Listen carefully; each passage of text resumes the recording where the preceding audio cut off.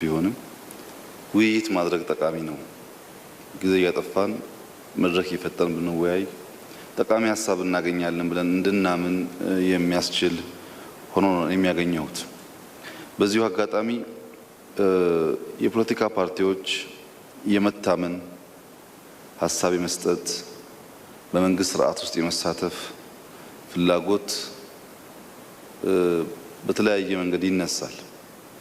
በእኛ በኩል እንድትገነዘቡ የምንፈልገው የብልጽግና ፓርቲ በሚፎካከሩን ፓርቲ ሰልፍ ውስጥ ካሉት ውስጥ ፕሮግራማችን በግልጽ የተጻፈ ስለሆነ ሐሳባችንን በአደባባይ የሚነገር ስለሆነ ከብልጽግና ፓርቲ ጋር ሆኜ ግንባር ሆኜ የሚሆን አንድ ፓርቲ ሆኜ መታገል እፈልጋለሁ የሚል ድርጅት ካለ በራችን ክፍት ነው። ከዚህ ቀደም ከነበረው የሚለየን ነገር የኢትዮጵያ ሉዓላዊነት ለማስከበር በኢትዮጵያ ውስጥ ዲሞክራሲ ስር እንዲሰድ ለማድረግ ብልጽግና ብቸኛ ፓርቲ ነው ብሎ አያምንም።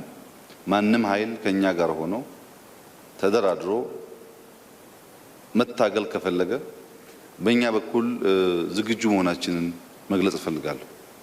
በእናንተም በኩል ከብልጽግና ጋር መታገል አያዋጣም አይቻልም ካላችሁ እርስ በርሳችሁም ቢሆን ተወያይታችሁ ሰብሰብ ብትሉ ሁለት ሶስት ፓርቲ ቢሆን አሁን እዚህ የሚወያየው ከዚህ ባነሰ ጊዜ ከዚህ የበለጠ ውይይት ማድረግ ይቻላል። ፓርቲው ሲበራከትና ሲበዛ በእያንዳንዱ ጉዳይ ላይ ግማሽ ቀን ሙሉ ቀን ማጥፋት ግድ ሲሆን ውይይት ከሚያስገኘው ውጤትና ፍሬ ይልቅ ጊዜ የሚያባክን እየሆነ ሽሽት ያመጣል። ብዙ የሚለያየን ነገር የለም ብለን ካሰብን ወይም ከብልጽግና ጋር ብልጽግና የማይመቸን ከሆነም እርስ በርሳችን ሰብሰብ ብንል ሁለት ሶስት አራት ፓርቲ ብንሆን አብዛኛው ችግር የሚፈታ ይመስለኛል። በእኛ በኩል ዝግጁ ነን። በእናንተ በኩልም እንደዚያ ብታደርጉ ውይይት ብቻ ሳይሆን በጋራ መወሰንም በጋራ መምራትም ለማሰብ ያስችላል። እኛ ያለብን ችግር ልክ እናንተ እንዳነሳችሁት ከየትኛው ጋር ነው ተወያይተን መስራት የምንችለው? ከቁጥሩ ብዛት ከፍላጎቱ ብዛት እና ኤክስትሪም ቶት የሚካሄዱበት ስለሆነ ተቀራርቦ መነጋገር ወደ ፍሬ ወደ ውጤት የሚወስድ መስሎ ስለማይሰማን እኔ አድቫይዝ ማድረገው ወይም ወደኛ ወይም እርስ በርሳችሁ ሰብሰብ ብንል ቁጥሩ ቢቀንስ ለኢትዮጵያ ፖለቲካ በቂ ነው። የተሻለ ስራ ለመስራትም የሚያስችል ይመስለኛል።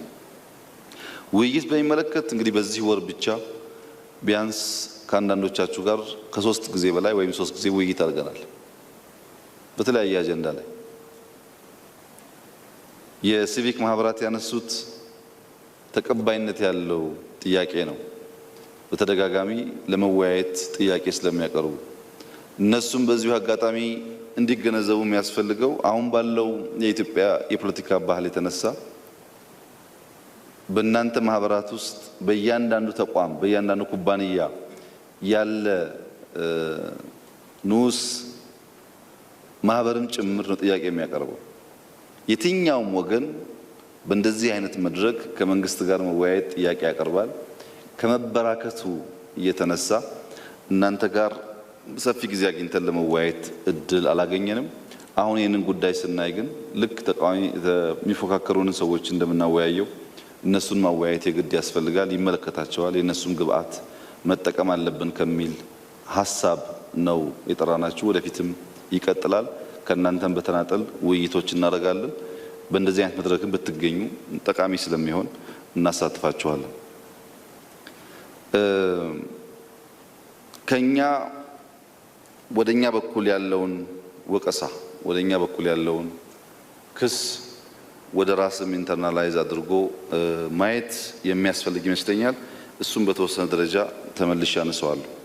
በመንግስት በኩል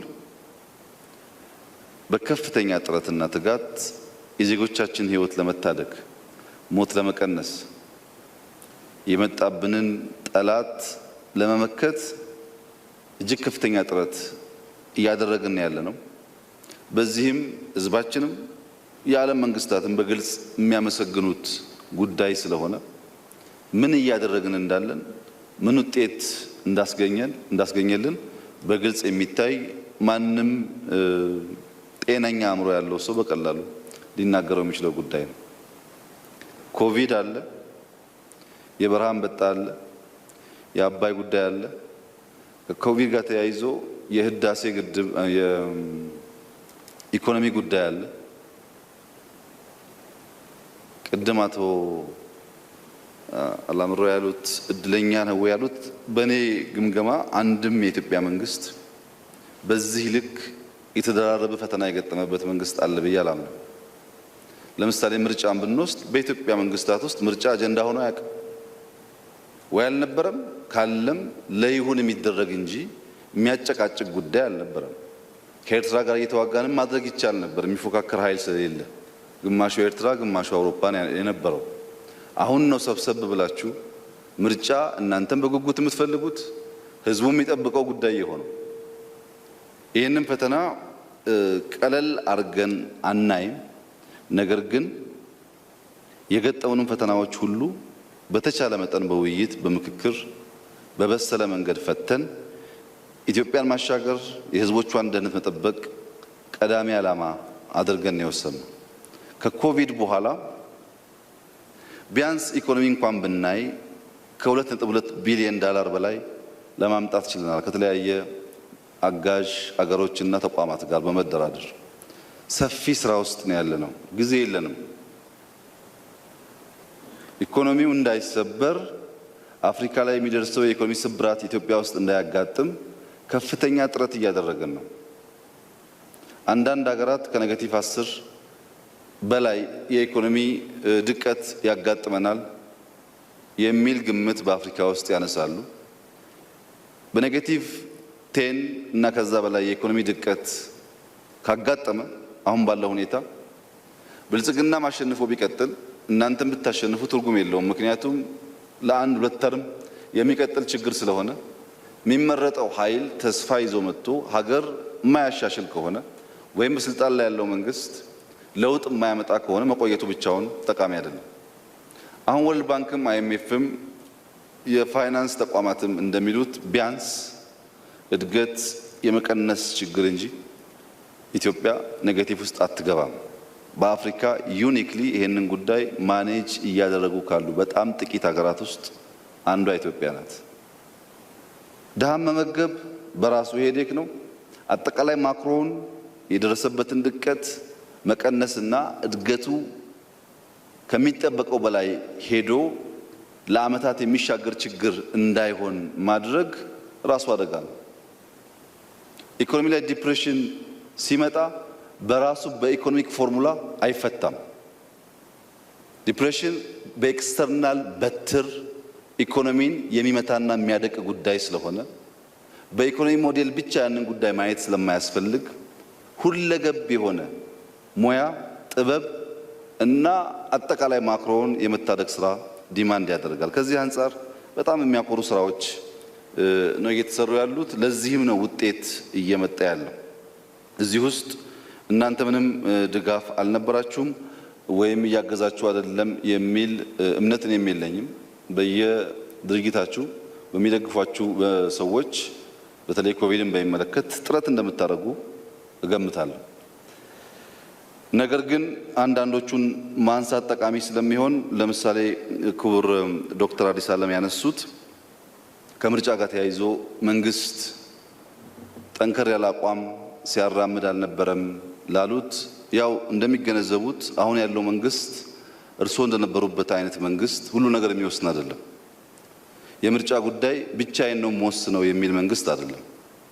በምርጫ ቦርድ አማካይነት በተሰበሰበው የተቃዋሚ ፓርቲዎች ህብረት ውስጥ አቋሙ ምን እንደሆነ እናንተ ሁላችሁ ባላችሁበት ገልጿል። ምርጫው መካሄድ አለበት የሚል አቋም ነበረው። ቀደም ሲል ብልጽግና ከመፈጠሩ በፊት ኢህአዴግ እያለን ለስራ አስፈጻሚ ሰነድ ሰንዶ ምርጫው ህጉን ተከትሎ በጊዜው መካሄድ አለበት በሚለው ውይይታችን እርሶም ነበሩበት፣ በጋራ ያየነው ጉዳይ ነው። ምርጫው አይደረግ የሚል እምነትም ፍላጎትም የለውም። ምርጫ ቦርድንም ያገዘው በዛ መንገድ አይደለም። ፓርላማ ላይ በሚዲያ በእኛ ስብስብ ያነሳ ነው ቢደረግ ይሻላል የሚል። አሁን የመጣው ፈታኝ ሁኔታ ግን ያን ለማድረግ የሚያስችል አይደለም። ስለዚህ ህግ የሚሰራውን ይሰራል። ግን እኛ ቢያንስ ከሚፎካከሩን ኃይሎች እና የፖለቲካ ሰዎች ጋር መወያየት ይሻላል በሚል ነው ጉዳዩን ወደዚህ ያመጣውና መንግስት ከመጀመሪያውኑ አቋሙ የተለሳለሰ ነበር የሚለው ብዙም ተቀባይነት አይኖረውም። ሁለተኛ ተሳትፎ ላሉትም ያው እርሶም እንደሚገነዘቡት ይሄ በኢትዮጵያ የፖለቲካ ታሪክ የመጀመሪያው ነው። ዶክተር አረጋዊ፣ ዶክተር ብርሃኑ ነጋ፣ አቶ ዳውድ ኢብሳ እና ኦቦ ሌንጮ ለታን አስቀምጦ መንግስት መወያየት በእኛ እድሜ የተለመደ አይደለም። ግማሹን ከአውሮፓ ግማሹን ከኤርትራ ከያሉበት መተው ነው እየተወያዩ ያሉት። በዚህ ውይይት ውስጥ አሸባሪ የተባሉ አሉ፣ ከሃዲ የተባሉ አሉ፣ ለኢትዮጵያ ፖለቲካ አትበጅም እስር ቤት ቆይ የተባሉ ሰዎች አሉ። ይሄን አድርጎ አያውቅም ኢህአዴግ እና ብልጽግና አዲስ ያመጣው ነገር ብዙ መስራት የሚጠበቅበት እንኳን ቢሆን ጀነራል ከማል ገልቾም ሐሳብ አለው፣ ኦቦ ሌንጮም ሐሳብ አለው፣ ዶክተር አረጋዊም ሐሳብ አለው። በመመካከር ነው ሀገር የሚገነባው እንጂ ግማሹን አስረን ግማሹ እንዲሰደድ አድርገን ዲሞክራሲ ልንገነባ አንችልም የሚል አቋም አለው። ይሄ ግልጽ ልዩነት ህዝቡን በቀላሉ የሚገነዘበው ይመስለኛል እና ከእርሱ አንጻር ከእርሱ ድርጊት አንጻር ምናልባት በፌዴራል መንግስት እና ከብልጽግና ጋር መነጋገር፣ መወያየት፣ መፈታት አለበት ትክክል አይደለም የምትሉት ነገር ካለ ብልጽግና ለመወያየት ዝግጁ ነው። ውስጡን ለመፈተሽ ችግር ካለ ለማረም ዝግጁ ነው። በዚሁ አጋጣሚ እርሶን እና ድርጊቶን አደራ ማለት የምፈልገው እናንተ በምትመሩት ክልል የሚፎካከሩ ፓርቲዎች ወጥተው መግባት ባለመቻል በተደጋጋሚ ክስ ያቀርባሉ። ዴሞክራሲን እዛው ተለማምዳችሁ እዛው አድርጋችሁ እኛም ከእናንተ ትምህርት እንድንወስድ ብታረጉን መልካም ነው። እዛ ያለውን ብትፈቱ፣ በእኛ በኩል ግን መታየት የሚገባው ጉዳይ ካለ እንደ ማንኛውም ህጋዊ ድርጅት ከእናንተ ጋር ለመነጋገር ችግር ለመፍታት ካጠፋንም ለመታረም ዝግጆች ነው። በውይይት በሚፈታ ማንኛውም ነገር ዝግጆች ነው። እዛ እያፈን እዚህ እንወያይ ግን አይሰራም። ዴሞክራሲ ደብል ስታንዳርድ አይደለም። ይሄንን በእርሶ በኩል በድርጅታችሁ ብታዩት፣ በእኛ በኩል የምታቀርቡት ነገር ካለም በግልጽ ለመነጋገር ከፈለጋችሁ በሚዲያ ከፈለጋችሁ በስውር ለመወያየት ዝግጁ ነን። ከኛም ውጭ ካሉ ፓርቲዎች ጋር ብትነጋገሩበት ጥሩ ነው፣ ብትወያዩበት ጥሩ ነው። ሁል ጊዜ እያፈን መሄድ እንደማንችል ከታሪክ መማር ያስፈልጋል። በተቻለ መጠን በራችንን ከፈት አድርገን መወያየት ጠቃሚ ስለሚሆን አቶ አላምሮ ያነሱት መተማመን በጣም ትክክለኛ ሐሳብ ነው። በአማራ ክልል በአገው ዞን ውስጥ አንዳንድ የእናንተ ፖለቲካ ፓርቲ አመራሮች ታስራሉ። ባለፈው ጠይቀውኝ ከክልሉ ጋር ንግግር አድርጌበታለሁ። የተሟላ መፍትሄ ካላገኙ በኋላም ላናግሮት ዝግጁ ነኝ። ነገር ግን ትምምን ያሉት ጉዳይ መታመን ማለት ሁለት ወገን የሚቀባበሉት ጉዳይ እንጂ ከአንድ ወገን የሚጠበቅ ነገር አይደለም። እርስዎ እንደሚገነዘቡት በአሁን ባለው የተቃዋሚ ፓርቲዎች ልምምድ ውስጥ 50 ዓመት ሙሉ ኢንትሪግ፣ 50 ዓመት ሙሉ ኮንስፓይረሲ፣ 50 ዓመት ሙሉ ማታለል አዋጭ ነው ብሎ የሚያስቡ ግለሰቦችና ቡድኖች አሉ። ባንዳዎች አሉ። ኢትዮጵያ ልትወረር አደጋ ሊያጋጥማት ባለበት በዚህ ጊዜ ውስጥ ከጠላት ጋር የሚደራደርና የሚሸዋከት ባንዳም አለ ፖለቲካ ፓርቲ ውስጥ። ይሄንን ኃይል ማመን ያስቸግራል። ከባንዳ ተልቆ መውጣት እና ከጠላት ጋር አለመደራደር፣ በኢትዮጵያ ኢንትረስት ላይ የሚመሳሰል አቋም መያዝ ከሁላችን ይጠበቃል። ይሄን ሳታሟሉ ከተመካከርን በኋላ ደብል ስታንዳርድ የምትጫወቱ ከሆነ ቅንነትና ውይይትን ያበላሻል። ወደፊትም ጥምር መንግስት የምንፈጥር ከሆነም መጠራጠር ካለ አብረን መንግስት መሆን አንችልም። እንደዚህ አይነት መድረኮች እየተማመን ለመሄድ የሚያግዙ መሆናቸውን በደንብ መገንዘብ ያስፈልጋልና በእኛ በኩል ባለፈውም ጥያቄ አቅርበው ለአስቸኳይ ጊዜ አዋጅ ስንወያይ ጥያቄ አቅርቤ ያለው ካልተፈታ አሁንም እናያለን። በግል ስላነሱት ጉዳይ ግን እሱን ታሪክ ይፈትሸው ይሆናል። ማን ምንድነው ምን አደረገ የሚለውን አሁን መከራከር አያስፈልግም። ራሱ ታሪክ እያየ ፍርድ ቢሰጥበት ጥሩ ነው። የመጨረሻው ከዚህ ጋር የሚያያዘው ሐሳብ አቶ ዳውድ ያነሱት በስቴት ኦፍ ኢመርጀንሲ ምክንያት መንግስት አፋኝ ሆኖ የሰብአዊ መብት ጥሰት እያስከተለ ነው ለሚለው ክስ እኔ በተቃራኒው አቶ ዳውድ ዛሬ ስብሰባ ስንጨርስ መርካቶ ቢሄዱ የአስቸኳይ ጊዜ አዋጅ ታውጆ እኔ አልፎ አልፎ ተንቀሳቅሼ ስለማይ በከፍተኛ ደረጃ ምንም እንዳልታወጀ ምንም በሽታ እንደሌለ ሰው ሲንቀሳቀስ ሲተቃቀፍ ነው የሚታየው። ዛሬም ቼክ ማድረግ ይችላል።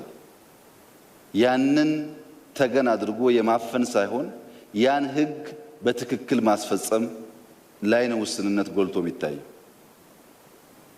ይሄ ሁላችሁም በቀላሉ የምትገነዘቡት ጉዳይ ነው። ምናልባት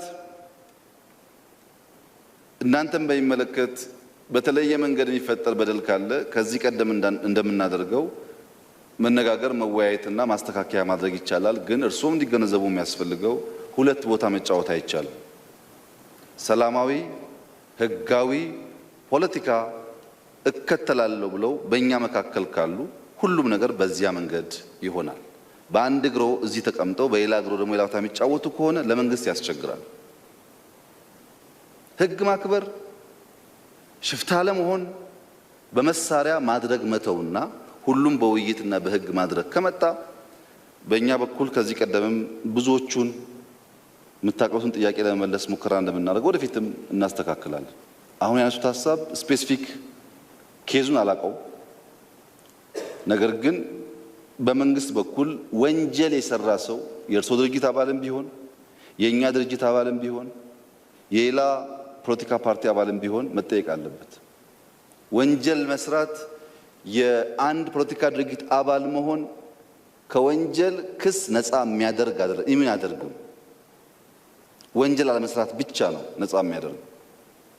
በዚህ መንገድ ቢታይ በኋላ እህት ያነሳችውና አቶ አላምሮም ቀደም ብሎ ያነሱት ብልጽግናን በሚመለከት ብልጽግና እንጭጭ ድርጅት ነው። እርሶ እንዳሉት የወረሰ አይደለም።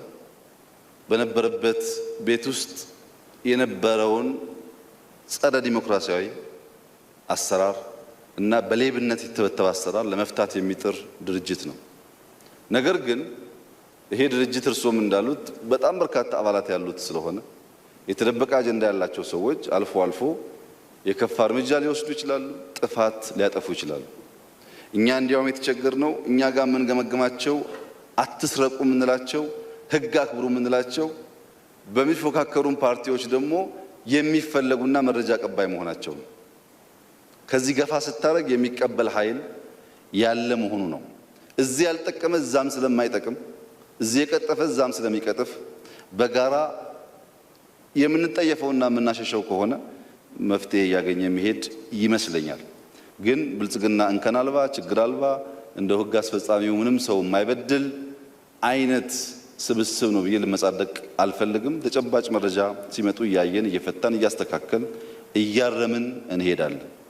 ከዚህ ብቻ ተነስቶ በርሶ ዞን ከታየው ችግር ተነስቶ አጠቃላይ ብልጽግናን መገምገምም ሙሉ በሙሉ ግምገማውን ሙሉ አያደርገውም፣ የተሟላ አያደርገው። የዛሬው አጀንዳችን ዋናው ምርጫውን እንዴት እንፍታው ስለሆነ ስላነሱት ነው እየመለስኩ ያለሁት እንጂ ጥሩም የሆነው በሚነሱ አጀንዳዎች ላይ ብቻ ተወያይቶ ተጨማሪ አጀንዳ ሲፈለግ ደግሞ አጀንዳ እየያዙ ጊዜ ወስኖ መገናኘት የበሰለ ውይይት ለማድረግ ይመቻል። አብዛኛው ነገር ዶክተር አረጋዊ እንዳሉት ነው። በዚያ መንገድ ቢታይ ጥሩ ነው። አጀንዳችንን በሚመለከት ቀደም ሲል እንዳነሳው በርካታ ውይይቶች አካሂደናል። 3 ቡድን ከተቋቋመ በኋላ ሶስቱም 3 የተለያየ አማራጭ ነው ይዞ የመጣው። ሶስቱም የተቃወመው ፓርላማ መበተን የሚለው አማራጭ ተገቢ አይደለም፣ መንግስት ዊክ ያደርጋል፣ ኮቪድን መከላከል አይችልም፣ ብድር ስምምነት ማድረግ አይችልም፣ ወረራ ቢያጋጥመው በፓርላማ አሳውጆ ሀገር ሊከላከል አይችልም፣ ትክክል አይደለም የሚል የሶስቱም አቋም ነው። አንደኛው ቡድን አሁን የሚያስፈልገን ጠንካራ መንግስት ነው፣ ማንኛውም ትንኮሳ መከላከል የሚያስችል መንግስት ስለሆነ አስቸኳይ ጊዜ በማወጅ ቀጣዩን የምርጫ ጊዜ በዛ ማኔጅ ማድረግ አለበት የሚል ሐሳብ ነው ያለው። የአስቸኳይ ጊዜ አዋጅ አማራጭ አይሆንም ብሎ አንድ ሰው ላቀረበው አርቲክል 93 ከሚከለክላቸው ራይቶች አንዱ ዲሞክራቲክ ራይት ነው። መምረጥን ስለሚከለክል ኮንስቲቱሽናሊ ይቻላል። አስቸኳይ ጊዜ አዋጅ አውጆ ማድረግ ይቻላል። ያዋጣል አያዋጣም እንደተከራከርንበት እንደተወያየንበት ነው። አንዱ ግሩፕ ይሄን ነው ይዞ የመጣው። ሌላው ግሩፕ ደግሞ ህገ መንግስት ማሻሻል ነው ቀላሉ መንገድ። የሚጠይቀው የፌዴሬሽን ምክር ቤትና የፓርላማ 2/3 ድምጽ ነው። እዚህ ውስጥ ብልጽግና ማጆሪቲ ያለው። የሚጠይቀው የ6 ክልሎች 2/3 ድምጽ ነው። ቢያንስ 8 ክልል አብላጫ ድምጽ አለው። ማወያየት የሚባለው መወሰን አይደለም፣ ህዝቡን ማወያየት ስለሆነ ማወያየት በተለያየ መንገድ በማድረግ ወይም በአስቸኳይ ጊዜ አዋጁ ያንን ራይት በመውሰድ በቀላሉ ህግ አሻሽሎ ሌጂቲሜሲውን ጠብቆ መቀጠል አለበት የሚል ሐሳብ ነው። ሶስተኛው ግሩፕ ደግሞ ይሄ ትክክል አይደለም፣ በኢህአደግ ዘመን ህገ መንግስት ተሻሽሎ ያውቃል፣ በታክስ ጉዳይ ሳንሰማው ሳንወያይበት ህዝብ ሳይሆን ተቋማት ሳይወያዩበት ተሻሽሏል። በኢህአደግ ዘመን ያንን ስህተት መድገም የለብንም። አንደኛ ህገ መንግስቱ እየተወቀሰ ያለው ሲጀመርም በቂ ውይይት አልተደረገበትም የሚል ነው። ውይይት ሳናደርግ ህገ መንግስት አናሻሽል። ሁለተኛ እኛ ፓርላማ ውስጥና ፌዴሬሽን ምክር ቤት በክልሎችም አብላጫ ድምጽ ስላለን አሁን ወስነን በቀላሉ አሳልፈነው ብንሄድም ውሎ አድሮ የንትርክ ጉዳይ ይሆናል። ነገር ግን መተርጎም 2-3 አድቫንቴጆች አሉት። አንደኛ ፌዴሬሽን ምክር ቤት ብቻ ሳይሆን ኮንስቲቱሽናል ኢንኳየሪው በህገ መንግስት አርቲክል 84 የተቋቋመ ነው። ኮንስቲቱሽናል ተቋም ነው፣ በህገ መንግስት የተቋቋመ ተቋም ስለሆነ። ሁለተኛ አሜሪካ፣ አውሮፓ እያልን የምንወስደው ልምድም ፍርድ ቤት ነው ብይን የሚሰጠው። በእኛም ጉዳይ የኮንስቲቱሽናል ኢንኳየሪው ፕሬዝዳንትና ምክትል ፕሬዝዳንት የፍርድ ቤት ፕሬዝዳንትና ምክትል ፕሬዝዳንት ናቸው። እነሱ በሙያ ጉዳዩን አይተው ወደ ፌዴሬሽን ምክር ቤት ቢያመጡት ሞር ገለልተኛ ይሆናል። አርጊመንታቸው ይሄ ነበር። ሁለተኛው የፌዴሬሽን ምክር ቤት አፈጉባኤ የብልጽግና አባል ባለመሆናቸው እንደ ከዚህ ቀደሙ የአንድ ስብስብ ነው ሊባል አይችልም። ቢያንስ ጉዳዩን የሚመለከታቸውን ሰዎች አማክረው አወያይተው የተሻለ ሐሳብ እንዲመጣ ሊያደርጉ ይችላሉ። በዚህ ቦታ ያለው ውስንነት ውይይት ነው። እሱን ደግሞ የሚፎካከሩ ሰዎች፣ ፖለቲከኞች፣ ሙያተኞች እያወያየን እንደ መንግስትም ኋላም ይህንን ስራ የሚወስደው አካል ለምሳሌ የህገ መንግስት አጣሪ ኮሚቴ ቋሚ ኮሚቴ ሆኖ የሚሰራው ቡድን እንደ ከዚህ ቀደሙ ሳይሆን እናንተንም መልሶ አወያይቶ አነጋግሮ የእናንተን ኢንፑት ወስዶ የውይይት ጋፑን ሸፍነን ብንሄድ ይሻላል የሚል አቋም ሶስተኛው ቡድን ነበር። ሶስቱ ሐሳብ ሲቀርብ እኔ ነበርኩ ማወያየው። ሶስቱም በጣም በሙያ የሚከራከሩ ልክ እንደ ጠበቃ የሚጨቃጨቁ ኃይሎች ናቸው። ማጠቃለያ የነበረው ምንድነው? ከሶስታችሁም በፖለቲካ ምርጫ የሚገባኝ ነገር አለ፣ ግን በህግ ምርጫ እናንተን እንኳን ይሄን ያክል ካለያየ ሌላውን ምን ያክል ሊያለያይ እንደሚችል አስባችሁ የህግ ውይይት ጊዜ ልስጣችሁና ተወያይታችሁ ከዚያ ቀደም አይተዋወቁም እና ይሄኛውን ግሩፕ አንተ አስተባብር፣ ይሄኛውን ግሩፕ አንቺ አስተባብሪ፣ በዚህ መንገድ ተወያይታችሁ መልሼ ላገኛችሁ አልኳቸው። ተወያዩ፣ ተጨቃጨቁ። ከዛ ሜይሊ ሁለት ግን አንድ ወደሚባል ሐሳብ መጡ። 90% ትክክል ነው፣ ቢተረጎም ይሻላል፣ ከገዢው ፓርቲ የተሟላ ቁጥጥር በተወሰነ ደረጃ ነፃ ያወጣ ነው፣ ፍርድ ቤት ፕሬዝዳንት ያሳትፋል። ማሻሻል ከሆነ ግን አንድ ኢኮኖሚካል ነው፣ ለዚህ ብለን በጣም በርካታ ገንዘብ ልናወጣ ነው። በኮቪድ ምክንያት የሚራቡ ሰዎች እያሉ ህገ መንግስት ለማሻሻል ብለን ገንዘብ ልንመድብ አይገባም። ሁለት ጊዜ ወሳጅ ነው። ሶስተኛ ስቴት ኦፍ ኢመርጀንሲ ውስጥ ስላለን ሰው ለማወያየት እንቸገራለን። ያንም ነገር ለይስሙላ ብናደርግም አልቲሜትሊ የሚወስነው የፌዴሬሽንና የፓርላማ 2/3 ድምጽ ብልጽግና ነው። ካሉት 9 ክልሎች 8ቱን የሚመራው ብልጽግና ነው። በቀላሉ የራሱን ስልጣን ለማራዘም የሚያደርገው ነገር መሆን የለበትም የሚል ኦልሞስት 90 ከዛ በላይ ፐርሰንት የሆነው ኃይል ተግባብቶ መጣ። አቀረቡልኝ። ሁለቱም ሐሳብ ተነሱ፣ ተወያየን። እንግዲህ መደምደም አይቻልም። ከህግ አንፃር የእናንተን ግብአት ወስደናል። ይሄ ጉዳይ ከፖለቲካ ከኢኮኖሚ አንፃር መታየትም ስለሚኖርበት ለኔ በቂ የሆነ ግብአት አግኝቻለሁ፣ አመሰግናለሁ አልኳቸው። ከኔ የስራ ባልደረቦች ጋር በብልጽግና ውይይት አድርገናል። ብልጽግናም ልክ አሁን ፕሮፌሰር መራራ እንዳነሳው ሁለት ሐሳብ ነበረው። ለኛ የሚቀለን ማሻሻል ነው። ለጊትሜት ነው፣ ህጋዊ ነው። አሻሽለን 6 ወር ወይ 1 ዓመት ምርጫ አራዝመን ዲሞክራሲያዊ ምርጫ ማካሄድ አለብን የሚል ሐሳብ ያላቸው ግለሰቦች ነበሩ። በፍጹም መሆን የለበትም፣ ከጀመርነው ከሪፎርም ሐሳብ ጋር ይጋጫል፣ የሚፎካከሩን ሰዎችም ሐሳብ ይስጡበት፣ በተቻለ መጠን ገለልተኛ ኃይል ይየው፣ ፌዴሬሽን ምክር ቤት አፈ ጉባኤም ቢሆኑ ወይም የፍርድ ቤት ፕሬዝዳንትም ቢሆኑ ተፎካካሪ ፓርቲ አመራሮችም ሀገር እንዲፈርስ አይፈልጉም። ስልጣን ዲማንድ ያደርጉ ይሆናል። ነገር ግን ሀገር እንዲፈርስ ስለማይፈልጉ ተወያይተን ብናደርግ ይሻላል። ችግር ልንፈታ ብለን ሌላ ችግር መፍጠር የለብንም የሚል ደግሞ አብዛኛው ሰው የነበረው ሐሳብ። እዚያ ውስጥ እናንተም እንዳነሳችሁት የሽግግር መንግስት የሚሉ ወይም ቅድም የተለያየ ስም እንደሰጣችሁት አይነት መንግስት የሚሉ ኃይሎች እንዳሉ ተነስቶ ነበር። እኔ ሽግግር ሳይሆን የብጥብጥ መንግስት ነው የምለው። እንኳን በጋራ መንግስት ለመሆን በጋራ ምክር ቤት ተወያይቶ አጀንዳ መወሰን ያልቻለ ስብስብ በዚህ ክሪቲካል ጊዜ ውስጥ እንደዚህ አይነት ቀልድ መቀለድ አያስፈልግም። ከዚህ ከወጣችሁ ከአንድ ሰዓት በኋላ በኢትዮጵያ ሉዓላዊነት ላይ ምን እንደሚያጋጥም ሙሉ ዕውቀት የለም። ዝም ብሎ ዘሎ ስልጣን መያዝ የሚቻልበትን መንገድ ከምንከተል በተቻለ መጠን ምርጫውን ዲሞክራሲያዊ ማድረግ፣ ምርጫውን ነፃ ማድረግ፣ ምርጫው ብዙ አክተሮች ያሉበት ማድረግ፣ እንደ አክተሮቹ ቁጥር በመንግስትም በሌሎች ጉዳዮችን በጋራ የምንወሰንበትን መንገድ መፍጠር። አሁን ለምሳሌ በተደጋጋሚ የኢትዮጵያ ሕዝብ እንደሚያውቀው ሰብሰብ በሉ የሚል ጥያቄ አንዴ ሳይሆን ብዙ ጊዜ አንስቼላችኋለሁ። 2-3 ፓርቲ ቢሆን ኢትዮጵያ ውስጥ ያለው በዚህ ጉዳይ ብቻ ሳይሆን በስልጣን ጉዳይም ቢሆን መደራደር ችግር አልነበረውም። አሁን ግን 100 ምናምን ፓርቲ ነው። ከ100 ምናምን ፓርቲ ጋር መንግስት ለመሆን ለ20 ካቢኔ መደራደር 10 ዓመትን መፍትሄ ያመጣል። እኔ በግሌ የማስበው ሰብሰብ በሉ፣ እኛም ሰብሰብ እንበል፣ ፓርላማ እንግባ።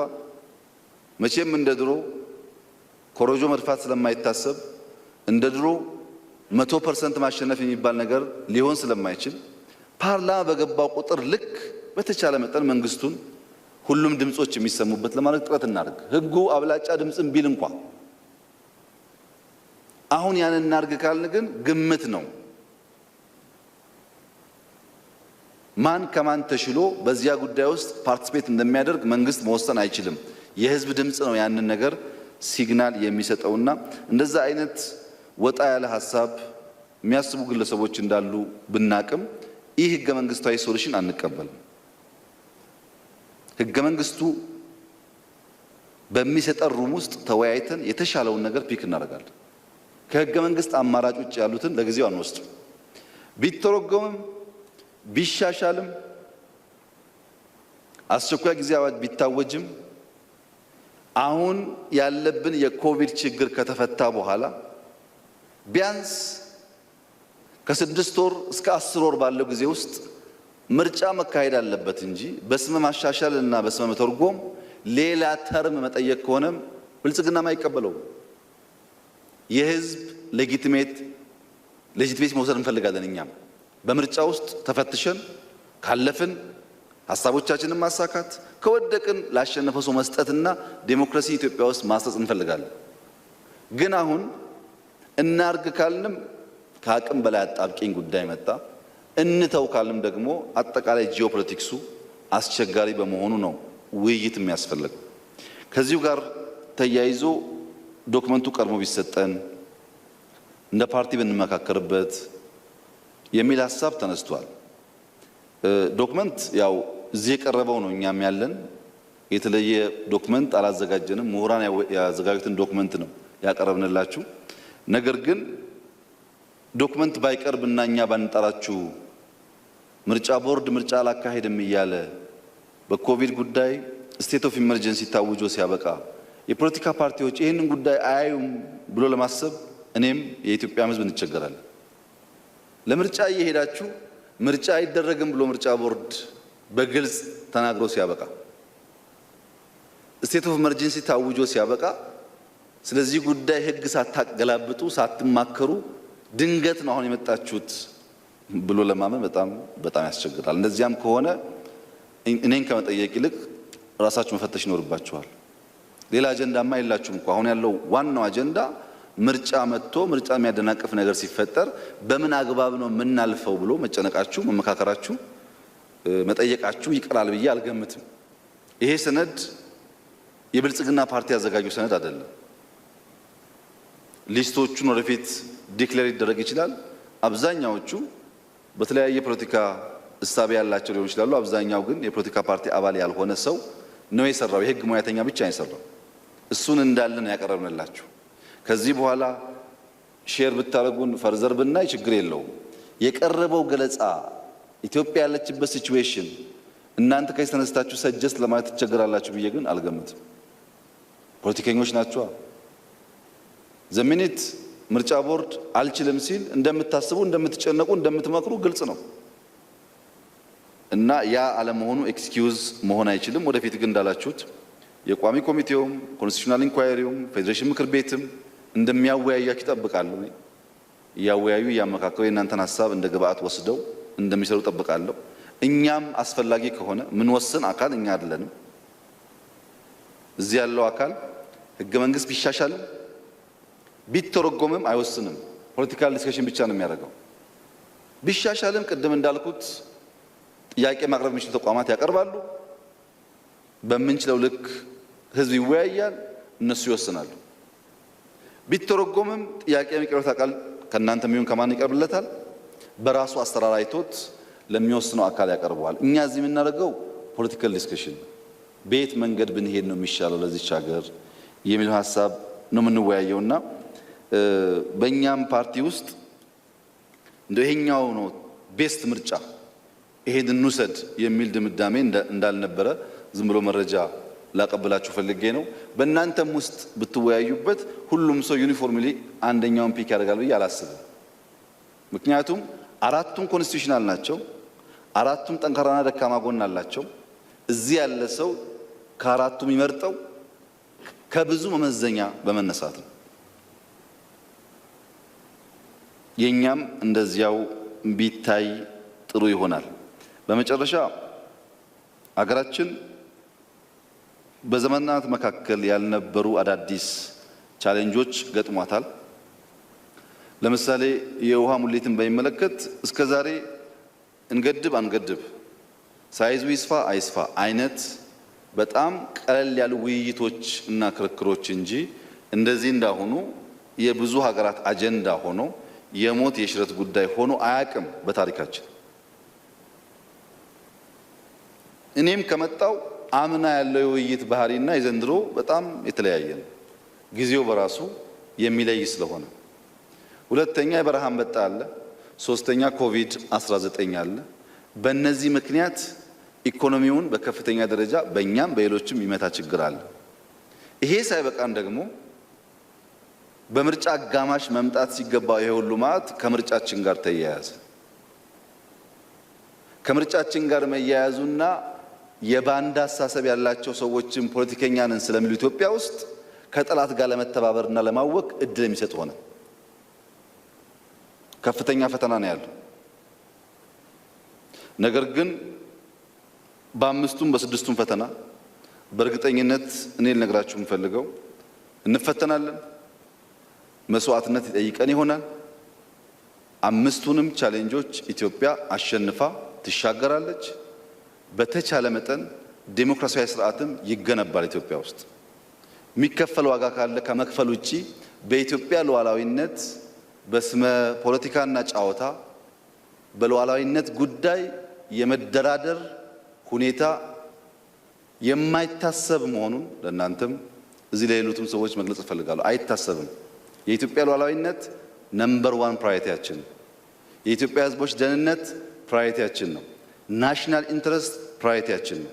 ከሁሉም ኃይል ጋር በሰላም በንግግር በድርድር መፍታት እንፈልጋለን። ከሁሉም ኃይል ጋር ከማንም ጋር ቢሆን ጦርነትና ግጭት አንፈልግም። ገፍቶ ከመጣ ግን ለዛ ዋጋ ከፍሎ ሀገርና ትውልድ የማሻገር ልምዱም ብቃቱም ዝግጁነቱም ስላለን ብዙ የሚያሰጋ ጉዳይ አይደለም። ቻሌንጁን ለእናንተ አደራ ማለት የምፈልገው ፌስቡክ፣ በጋዜጣ በፖለቲካ ክርክር ጫና ሊኖር ይችላል። ከዛ ወጣችሁ በታሪክ ውስጥ በየለንበት ሲዝን ትውልድ እንዴት ኢቫሉዌት ያደርገናል የሚለውን ነገር ታሳቢ አድርጋችሁ እያንዳንዱን ቻሌንጅ በዛ አይን ብታዩት መልካም ነው። ኮቪድንም በዛ አይን ማየት፣ ከሌሎች ሀገራት የሚነሳ ትንኮሳንም በዛ አይነት ማየት፣ ምርጫንም በዛ አይን ማየት ነው የሚሻላችሁ። ያልፋል። ታሪክ ሳያዳላ ሲመዝን ወድቀን ከምንገኝ በታሪክ ሚዛን ውስጥ ትክክለኛ ስፍራ እንድንይዝ ለማድረግ መሞከር ይኖርብናል። ይሄ ሁሉ ውይይት ሄዶ ዲሞክራሲያዊ ምርጫ ማናደርግ ከሆነና ኮረጆም እንደፋ ከሆነ አሁን ተነጋግረን የሚቀጥለውን ፓርላማ ብዙ ተአማኝነት የሌለው ከሆነ ዋጋ የለውም፣ ኪሳራ ነው። በተቻለ መጠን በእናንተም በእኛም በኩል መሆን ያለበት ሁለት ሜዳ መጫወት ሳይሆን ሰብሰብ ብለን ችግሮቻችንን ቀንሰን በሚፈጠረው ዲሞክራሲያዊ ምርጫ ብዙ ድምጾች የሚሰሙበት ፓርላማ፣ ምናልባት ብዙ ድምጾች ያሉት መንግስት እንዲሆን የጋራ ጥረት ብናደርግ ነው የሚሻለው። በእኛ በኩል ያለው ፍላጎት ይሄ ነው። ሙከራዎችም አሉ። ከአንዳንዶቻችሁ ጋር ከ10 ጊዜ በላይ ባለፉት 2 ዓመታት ውይይት አድርገናል። ለማወያየት ሀሳብ ለመውሰድ ሙከራዎች ይደረጋሉ። በጋራ መንግስት ለመሆን በጋራ ለመወሰን ወደሚያስችል ደግሞ ያው ትምምኑ እንደተባለው በጊዜ ብዛት እየመጣ ሲሄድ እናንተም ችግራችሁን ስትቀርፉ እኛም ችግሮቻችን እየቀረፍን ስንሄድ ለኢትዮጵያ የሚበጅ ነገር ከመሃል ይወጣል ብዬ ተስፋ አደርጋለሁ። ዛሬ ለነበረው መድረክ በቂ ግብአት ያገኘን ይመስለኛል። ቀጣይ ደግመን መነጋገር የሚያስፈልግ ከሆነ ደግመን እንገናኛለን። ከኔም ጋር ባትገናኙ ግን ይህንን ጉዳይ የሚሰሩ ኃይሎች ቢያሻሽሉም ቢተረጉሙም ማወያየት ግዴታ ነው። የሚሻሻል ከሆነ እንኳን እናንተ ህዝብ የሚወያይበታል። የሚተረጎም ከሆነም በቋሚ ኮሚቴው ወይም በኮንስቲቱሽናል ኢንኳይሪው አማካኝነት ውይይቶች ይደረጋሉ። ለዛ ተጨማሪ ዝግጅት ካስፈልጋችሁ ተዘጋጅታችሁ ግብአት መስጠት ትችላላችሁ። ከዚህ ውጭ ከዛሬ አጀንዳ ውጭ የተለያየ ኢሹ አንስታችኋል። አሁን ጊዜው በቂ አይደለም። ከተወሰነ ጊዜ በኋላ የተሻለ ስፔስ ሲገኝ መልሼ ጋብዛችኋለሁ። በዚያ መድረክ ላይ የምንወያየው ዋና የኢትዮጵያ አጀንዳ የምትሏቸውን ነገሮች ተዘጋጅታችሁ ይዛችሁ ነው። የፌዴራል ጉዳዮች ሊሆን ይችላል፣ የኮንስቲቱሽን ሊሆን ይችላል፣ ብሔራዊ መግባባት ሊሆን ይችላል። ኢሹዎቻችሁን ይዛችሁ ነው። ኢሹዎቻችሁ ይዛችሁ ከመጣችሁ በኋላ የመንግስትና የተፎካካሪ ውይይት እንዳይሆን እዚሁ ካለው ኃይል ውስጥ በሁሉም ተአማኒ የሆነ ኮሚቴ ፎርም እናርግ። ያ ኮሚቴ ምሁራን ያወያይ፣ ዶክመንት ያዘጋጅ፣ እንደ አስፈላጊነቱ ለውይይት እያቀረበ እየተወያየንበት እንሂድ። መድረክ በመጣ ቁጥር ይሄ ካልተደረገ ይሄ አይደረግም ይሄ አልተደረገም ብንል ዋጋ የለውም። እስካሁን ከናንተ ወይም ከሌላ ወገን መሆን ያለበትን ነገር ኦርጋናይዝ አድርጎ ይህ ነው ለኢትዮጵያ የሚፈይድ የሚል ሐሳብ ያቀረበ ሰው የለም። እንደዛ ከሚሆን አጀንዳዎቻችሁን ሊስት አድርጉ፣ ፕራዮሪታይዝ እናድርግ። ለምሳሌ 10 ከሆኑ 5ቱን ፒክ እናድርግ፣ ኮሚቴ ፎርም እናድርግ።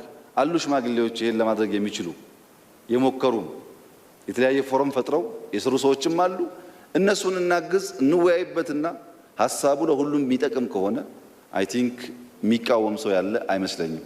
የዛሬው አጀንዳ ላይ ግን ስለማይመች ተዘጋጅታችሁበት ሌላ ቀኑና አጀንዳዎቹ ከመረጥን ኮሚቴ ፎርም ካደረግን በኋላ በቀጣይ ውይይት እያዳበርን መሄድ እንችላለን። እኔ ይሄን ያክል ካልኩ የተቀረውን በሚቀጥለው መድረክ እንዴት እንደሚሄድ እያየን አስፈላጊ ከሆነ የምንገናኝ